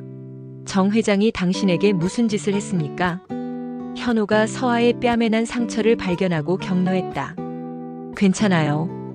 내가 당신을 이곳에서 꺼내줄게요. 그리고 우리는 영원히 도망칠 거예요. 서아가 울먹이며 말했다. 그녀는 현호를 데리고 비밀 통로로 도망치려 했다. 바로 그때 서재에 숨겨진 문이 열리며 정 회장이 모습을 드러냈다. 그의 뒤에는 윤 비서가 머리를 숙인 채 서 있었다. 이현호, 내 놈이 감히 내 집까지 들어와서 내 손녀를 유혹하려 들다니. 내 놈의 주제를 아직도 모르겠느냐? 정 회장의 목소리는 서늘했지만 눈빛은 이미 승리감으로 가득 차 있었다. 정 회장은 윤 비서를 쳐다보았다. 윤 비서, 내 명령대로 이현호에게 모든 것을 자백하게 했나? 윤 비서는 고개를 들지 못했다. 예 회장님. 서하야. 이현호가 널 얼마나 철저히 기만했는지 들어라. 정 회장이 비아냥거렸다. 이현호는 너를 사랑한 것이 아니다. 그는 너를 이용해 청매와 백자호의 비밀을 파헤치고 내 가문의 약점을 찾아내려 했던 것이다. 내 할아버지의 복수를 위해서. 서하는 현호를 바라봤다. 현호는 어떤 변명도 하지 않았다. 그는 서하의 눈을 피하지 않았다. 맞습니다. 현호가 낮은 목소리로 말했다. 나는 복수를 위해 당신에게 접근했습니다. 하지만 당신을 사랑하게 된 것도 진심입니다. 이 모든 비극을 끝내고 당신을 구하고 싶었습니다. 정 회장은 현호의 복제품 백자호를 보며 껄껄 웃었다. 복제? 허접한 흑장난으로 영산그룹을 무너뜨리겠다는 거냐? 내 놈의 복수심은 결국 아무것도 아닌 헛된 꿈이었다. 8장. 최대의 위기, 운명의 절정. 박 상사의 낡은 고물 트럭은 영산그룹의 거대한 저택을 뒤로하고 어둠 속을 질주했다. 트럭의 덜컹거리는 진동은 현호와 서아의 심장이 터질 듯 뛰는 박동과 섞였다. 현호의 품에는 진품 청매와 백자호와 정 회장의 죄를 증명하는 문서가 낡은 천에 쌓여 있었다. 하하. 이현호, 내 놈이 드디어 나랏돈을 털어낸 기분이 어떠냐? 내가 영산그룹의 전기장치를 박살낼 줄이야. 고물상 주인이 이 정도다. 박 상사가 운전대를 잡고 호쾌하게 웃었다. 그의 웃음에는 기쁨과 스릴, 그리고 현호를 향한 헌신이 담겨 있었다. 박 상사의 희로애락. 서아는 뒷좌석에서 현호를 꼭 끌어안았다. 현호 씨, 정말 꿈 같아요. 우리가 해냈어요. 아니, 서아 씨가 해낸 겁니다. 당신이 아니었다면 저는 평생 복수심이라는 지옥에 갇혀 있었을 겁니다. 현호는 서아의 머리에 입을 맞췄다. 이 순간 그들은 가난하지만 가장 자유로운 연인이었다. 하지만 자유는 잠시였다. 트럭 뒤편으로 세 대의 검은색 세단이 맹렬히 추격해오고 있었다. 정 회장의 사설 경호원들이었다. 이런 끈질긴 놈들. 이거 안 되겠네. 이 트럭이 비록 고물이긴 하지만 마지막 남은 내 전투기나 마찬가지다. 박 상사가 미소를 지으며 속도를 높였다. 추격전이 벌어지는 동안 현호는 품속의 진품 백자호를 꺼내 서아에게 보여주었다. 백자는 어둠 속에서도 은은한 빛을 냈고 순결하고 고독한 아름다움을 발산했다. 서아 씨, 이 백자호를 보면 늘 당신이 떠올랐습니다. 겉으로는 차갑고 완벽하지만 안에는 뜨겁고 깨끗한 영혼을 담고 있는 나의 유일한 예술입니다. 현호는 이제 백자호에 대한 복수심 대신 서아를 향한 헌사를 담아 말했다. 서아는 백자호를 조심스럽게 만졌다. 저는 이 도자기가 싫었어요. 우리 가문의 죄악을 상징하는 것 같아서. 하지만 이제 현호 씨를 통해 알겠어요. 이것은 역사의 무게가 아니라 당신 가문의 아름다운 영혼이라는 것을.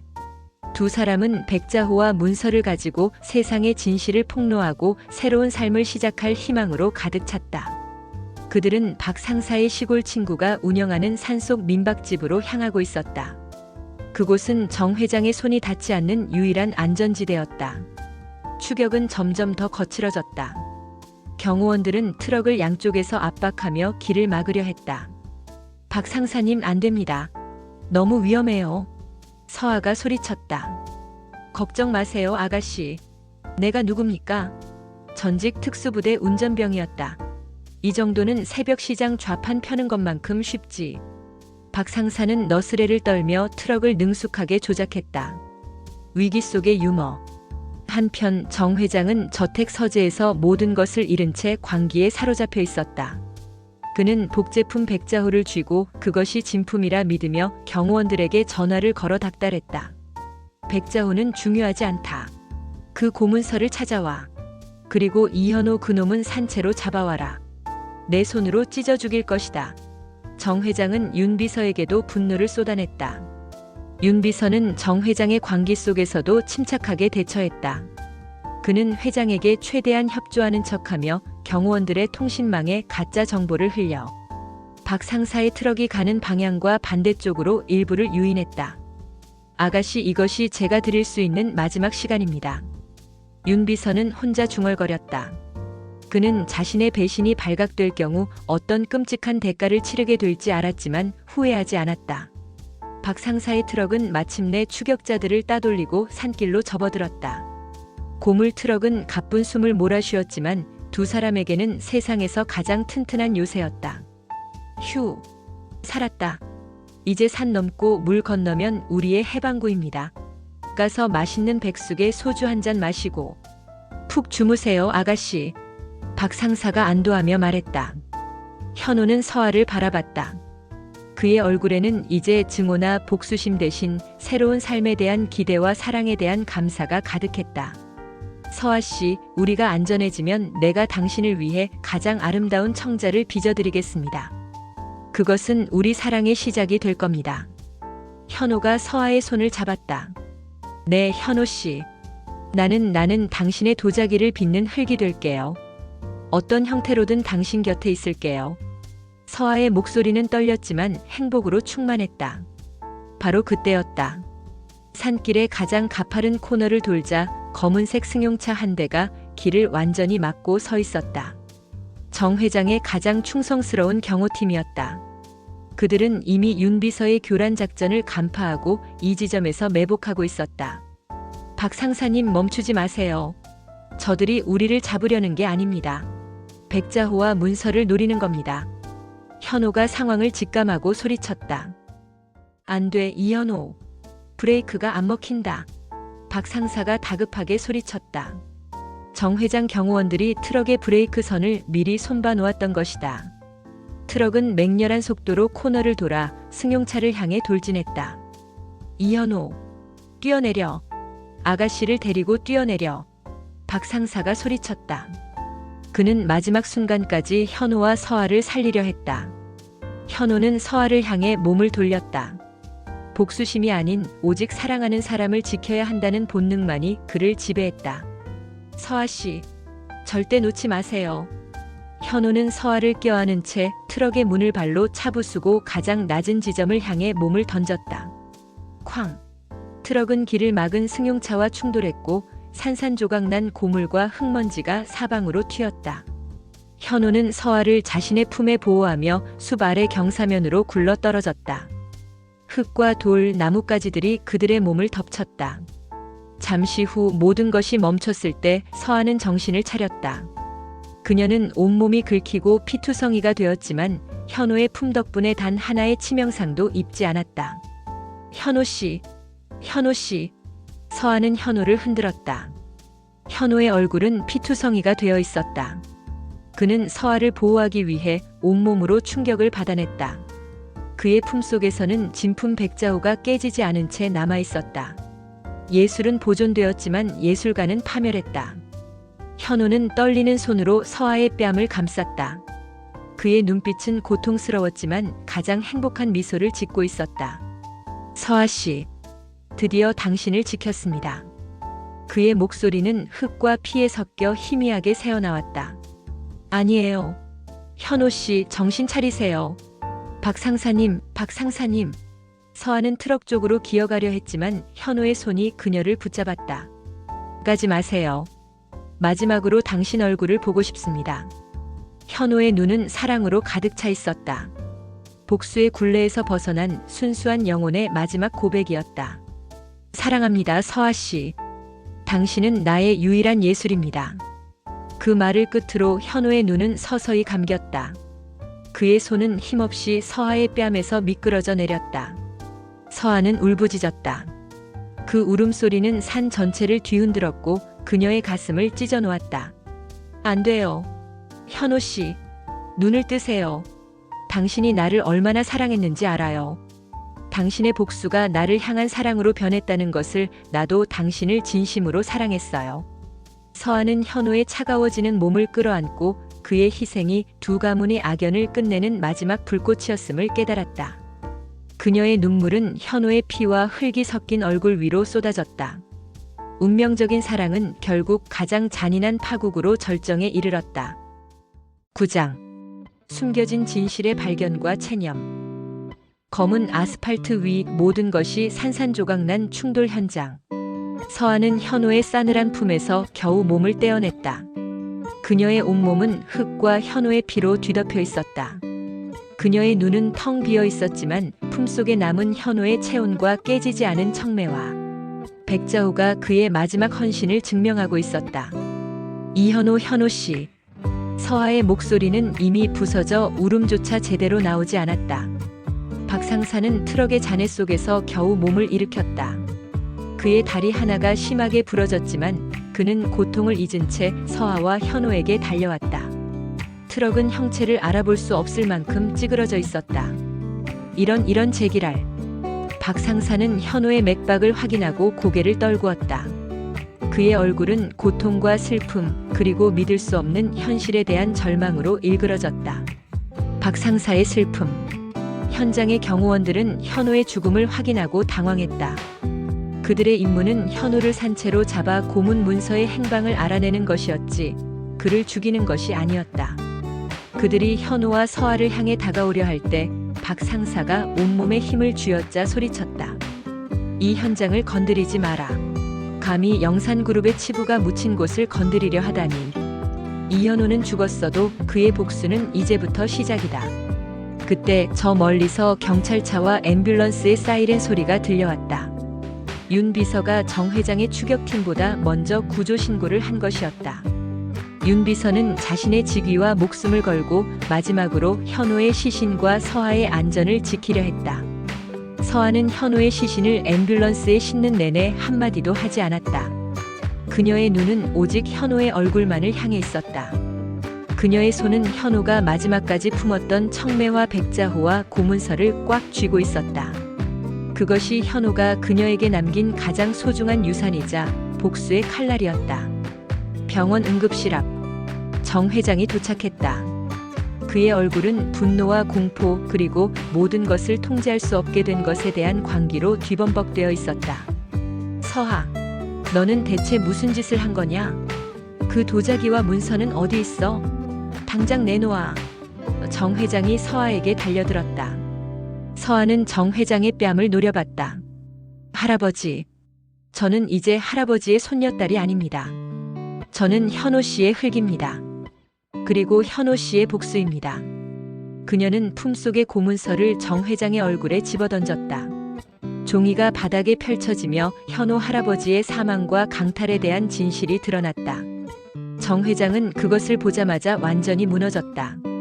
그의 평생을 지탱해온 거짓의 성이 한순간에 무너지는 소리였다.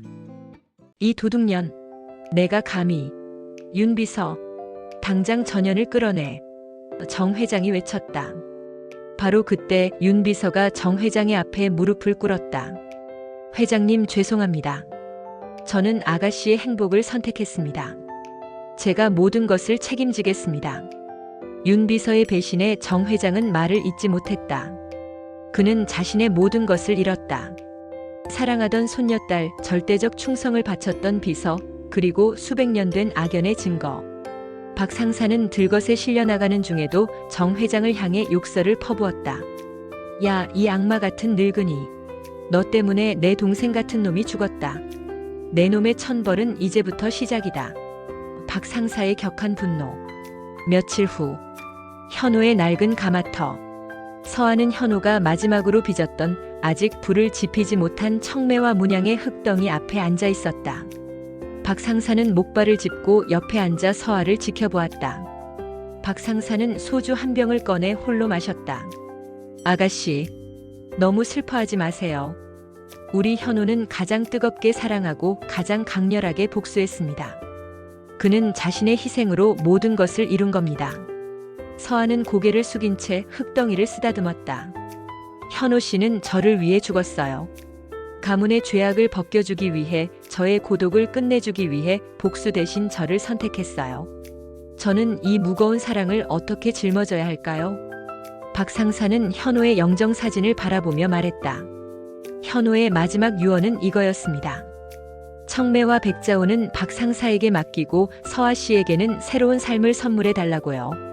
그는 아가씨가 이 악연에서 완전히 벗어나길 바랐습니다. 하지만 서하는 이미 체념했다. 현호의 죽음은 그녀의 삶 전체를 바꿔놓았다. 그녀는 현호 없이 평범한 행복을 누릴 수 없음을 알았다. 그녀는 더 이상 영산그룹의 상속녀도 단순한 연인도 아니었다.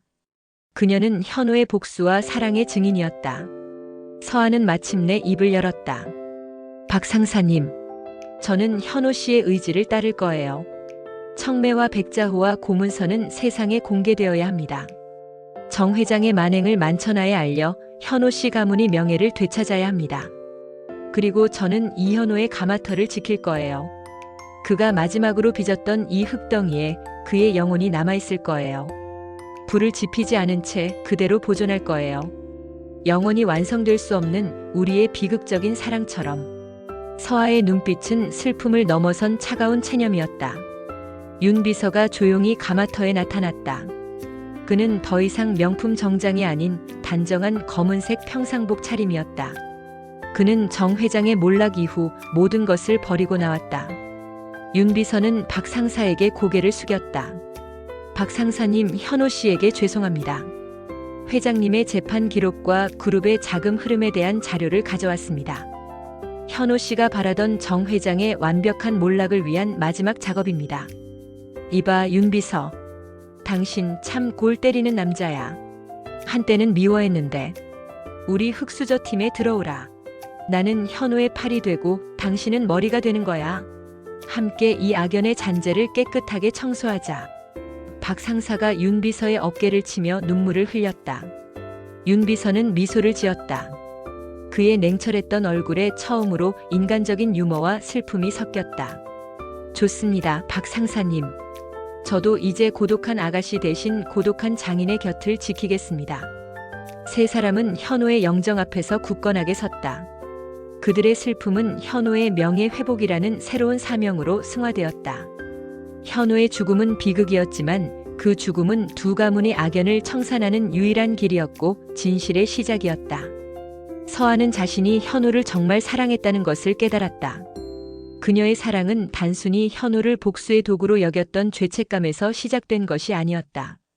그녀는 흙을 만지는 그의 순수한 영혼과 자신을 위해 모든 것을 버린 희생을 진심으로 사랑했다. 이 깨달음이 그녀를 살게 할 유일한 이유였다. 10장.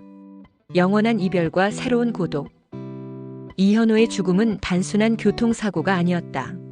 언론은 서하가 공개한 청매와 백자호 강탈 문서와 현호 할아버지의 비극적인 죽음에 얽힌 진실로 들끓었다.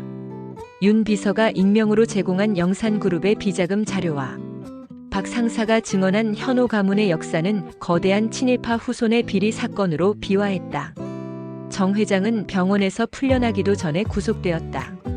그가 평생 쌓아올린 영산그룹의 명예와 부는 현호의 단 하나의 희생과 한 장의 낡은 문서 앞에서 산산이 부서졌다. 서하는 이 모든 과정의 중심에 서 있었지만 감정은 메말라 있었다. 그녀는 기자들 앞에서 눈물 한 방울 흘리지 않았다.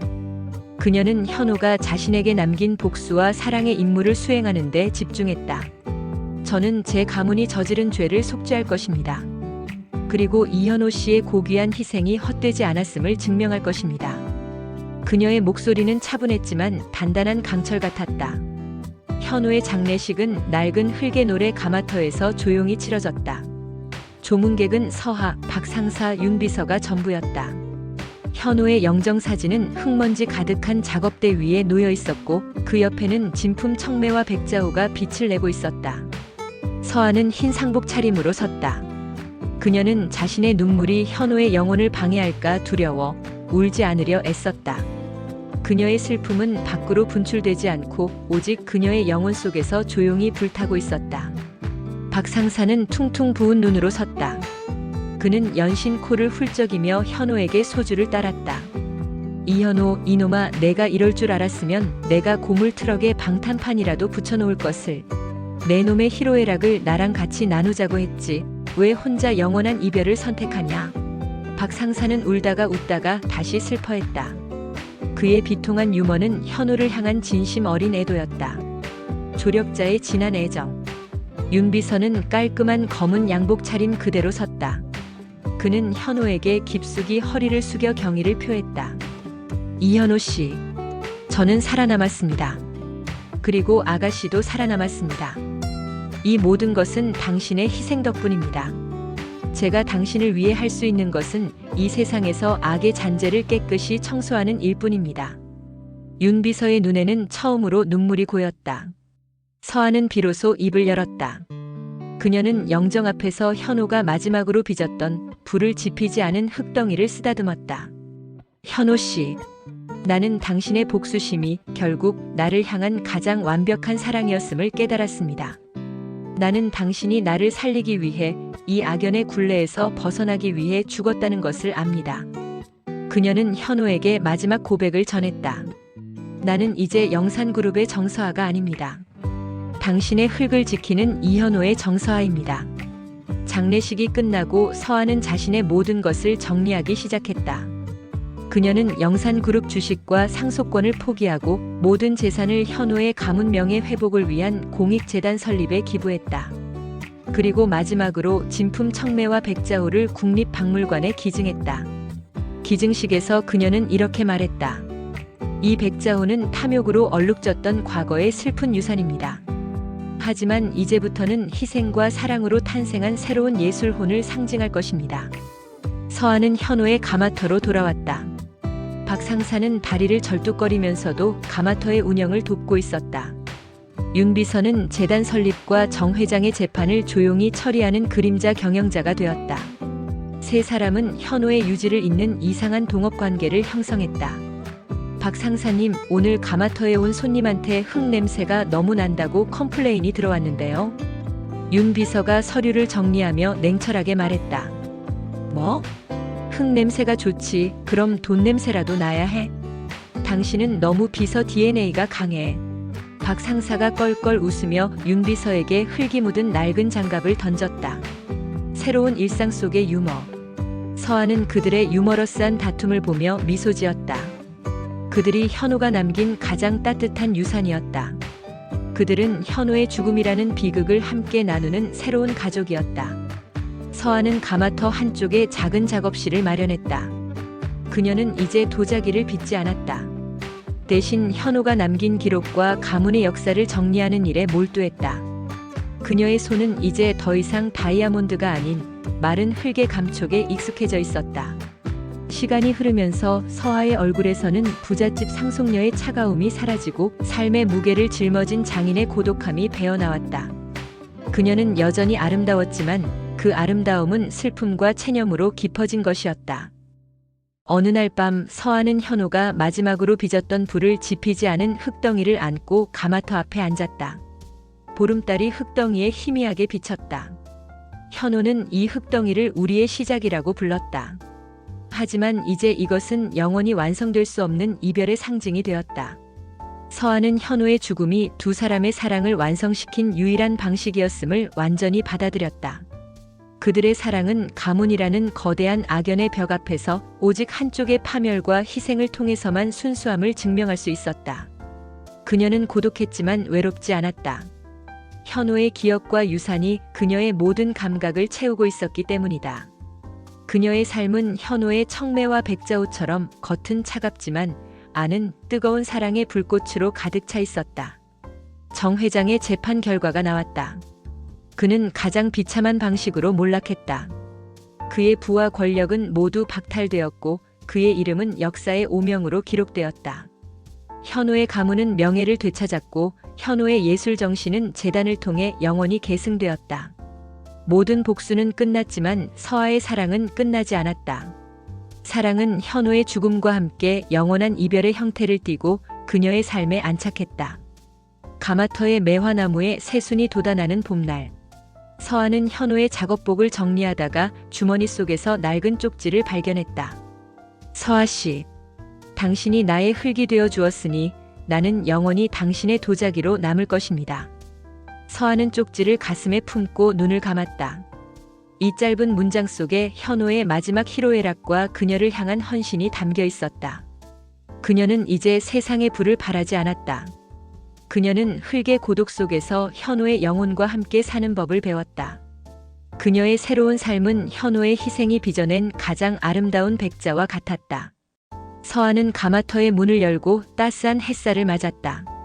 그녀는 현호 없이 새로운 고독 속에서 살아가겠지만 이 고독은 영원히 완성된 사랑의 또 다른 이름이었다. 그녀의 눈빛은 현호와의 비극적인 사랑이 남긴 강렬하고 슬픈 여운을 담은 채 미래를 향하고 있었다. 에필로그 남겨진 여운과 메시지. 해가 바뀌고 두 계절이 흘렀다. 정 회장은 감옥에서 비참하게 생을 마감했고 영산그룹은 서아의 주도하에 공익재단으로 전환되는 과정에 있었다. 서아는 상속권을 포기하고 현호 가문의 명예회복과 예술원 계승에 필요한 최소한의 재산만을 지켜냈다. 그녀의 삶은 흙의 노래 가마터를 중심으로 재편되었다. 그녀는 이제 이현호를 기리는 도자기 공방과 작은 갤러리를 운영하는 고독한 장인이었다. 가마터의 매화나무는 여전히 싱그러웠다.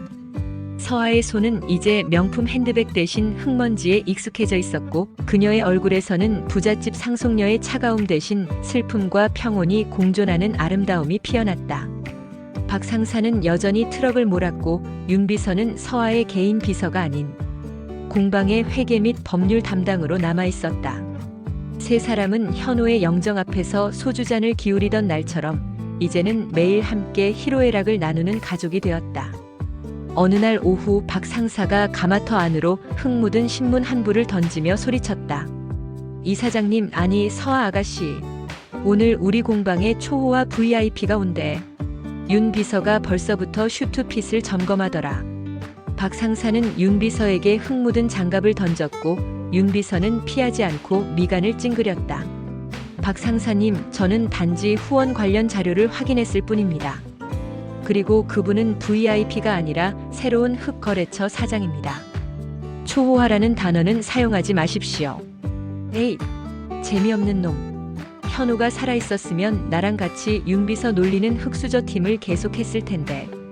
박 상사는 너털 웃음을 터뜨리며 현호의 영정사진에 눈길을 주었다.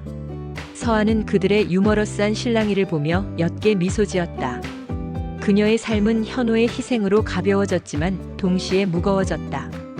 가벼워진 것은 가문의 악연이었고 무거워진 것은 현호의 영원한 사랑이었다.